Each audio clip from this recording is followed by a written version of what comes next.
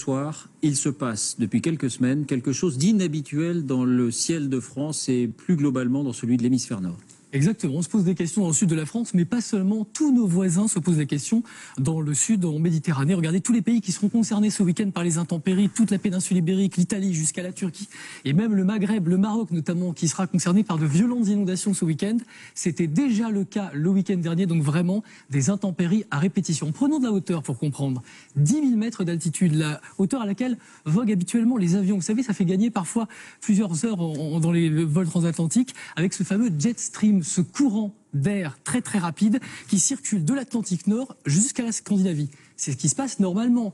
L'anomalie cet automne, c'est que ce jet stream plonge vers le sud, vers le Maroc, il contourne les dépressions et fait remonter toute l'humidité dans le sud de la France. En bleu, on voit tout ce ruban de pluie de plusieurs milliers de kilomètres qui aboutit ici sur nos côtes françaises. Ça, c'est vraiment inhabituel. Est-ce que cela peut avoir un lien avec les changements climatiques dont on parle beaucoup? Alors, c'est très récent, trop récent. Ça date depuis le début de l'automne. Vous savez que les climatologues travaillent sur de longues séries de plusieurs décennies. Pour l'instant, les climatologues du GIEC ne se prononcent pas. On le saura dans quelques années.